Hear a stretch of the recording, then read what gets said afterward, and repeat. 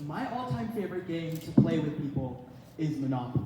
For most people, they haven't played it in a while, but even then, they're familiar with the little plastic greenhouses, the get-out-of-jail-free card, or collecting $200 when you pass go. But as we reach the game's 90th year anniversary, it's clear that we started slowly viewing it as a game of dread rather than delight. And so, our current state of education is unfortunately only pointing towards worsening this lack of personal financial literacy. Because from eagerly wanting to be a banker or chasing property as a real estate tycoon, our recent generation has only seen a shift away from wanting to engage in knowledge about money towards being isolated among complex, modern financial day systems. And that means that today, we'll first roll the dice and see the problems that we've landed on today. Then, we'll take a boardwalk through the causes, before finally, we explore the solutions with some potential chance cards. So, out of all the spaces on the board, my least favorite is waterworks. However ironic that may be living in Arizona. But, sadly, the same story is a living reality for almost 30 million Americans who currently face growing water affordability challenges. A recent study by Duke University estimated that 17%, or nearly 1 in 5 US households, currently face these water lack of accessibility. And that means that for more and more people who are financially barely floating by, the situation is even worse, with Investopedia highlighting that almost 2/3 of Americans currently live paycheck to paycheck. And for these Americans, they're barely financially floating by, and they view things such as being able to pay rent, utilities, food, or other bills as a luxury.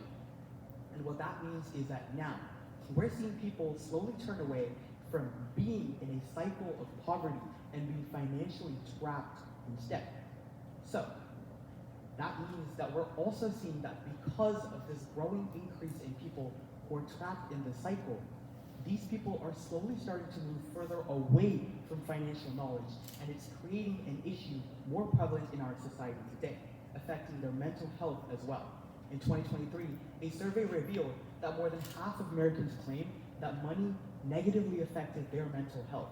And what that just means is that we're seeing the impact that financial literacy can have, not just on people's wallets, but also for their health as well.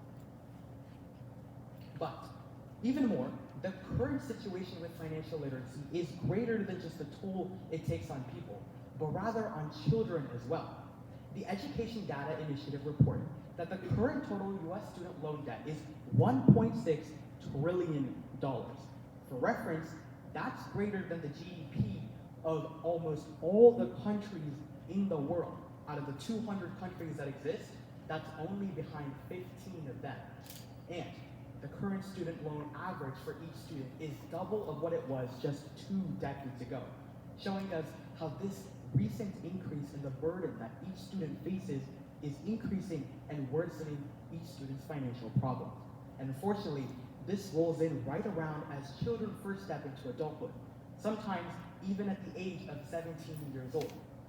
Junior Achievement, an organization dedicated to youth education and career programs, details how even though 68% of high schoolers report wanting to enroll in personal financial literacy classes, only 31% of them actually have access to such classes in the first place. And what that means is that even though there's a growing demand for people to slowly step in and learn more about our financial systems, the need simply isn't being met. Now, even on the cheaper spaces of the Monopoly board, it's always a better investment to look ahead and to make sure that you're investing into hotels and houses rather than just buying the most expensive property that exists. And the reason is the same that follows with the education realm as well. For example, the Council on Economic Education confirms that 35 states currently have some sort of personal finance requirement to graduate, and that could be either as a distinct class or as part of other course credits in economics or other areas. And that means that even though these states have these critical requirements, they aren't seeing the same level of personal financial literacy across these states. And the key reason is simply because of the fact that they have different ways of strategically investing into these educational resources. And the number one way that we're seeing that is because of the differences in how these classes are taught. While most states have some sort of curriculum behind personal finance, few of them actually have standardized testing of these concepts, meaning that although all of them are able to teach the concepts well, few of them are actually reinforcing that learning or checking that their students have received that information as well. On the other hand, we also see that there's an even bigger problem associated with how these courses are being taught and how they relate to high schoolers in the first place. For example, even though right now, high schools are teaching kids about things like rent, insurance, or credit, all things that they're going to need towards their future education, it simply doesn't compare to the evolving dynamic of the current financial world. And with the rise of things like online banking, digital scams, or cryptocurrency, kids need more information than the pace at which our current education is evolving, making it more critical that our educational systems evolve with it as well. And even beyond that, educational standards don't actually cover or devote enough time to the aspects that matter most to high school students. And that can be things like scholarships, financial aid, or student loans, because those are the things that high schoolers need the most focus on right now. But education is focused on more overarching concepts that don't spend enough time on these things. So, while Monopoly has its lessons, these lessons extend to our daily lives. And the key reason is because of the way that we're able to take our steps and solve this issue. The first way to tackling financial literacy and the problems it has in today's world is going to be to start now. As a child, every single day is a key step before reaching adulthood. And that step is what contributes towards each of us having the opportunity to go ahead and start now. Whether that's reaching out to resources around you, or whether that's simply to take each day as a lesson, as a new experience, and to use that towards your overall experience. Even in high school, or even if you're beyond college, the earliest that you start is going to prevent the future occurrences and situations that you'll find. And starting early is the best way for us to begin our journey forward. The second, the next thing that we need is to recognize our resources. Because while most of us see high school classes as a primary contact for everything that we do, there's also other teachers and resources within your school that you can reach out to.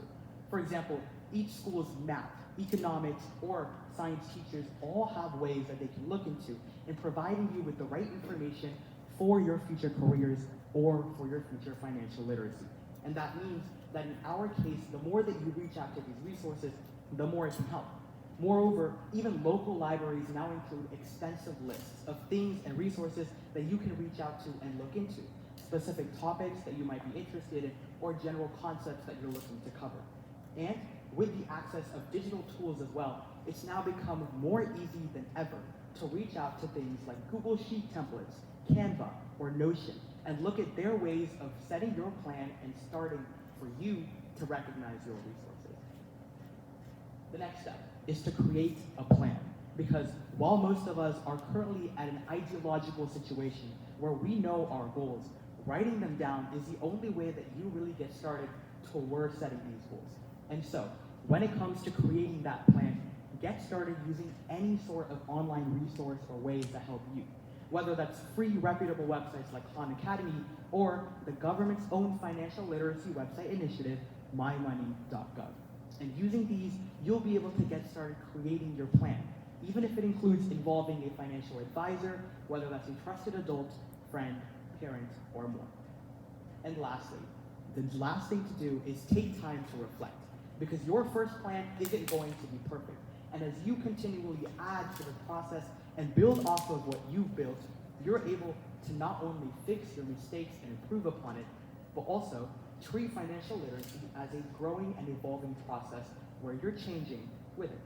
And above all, make sure to advocate for financial education, no matter where you are or what you're doing.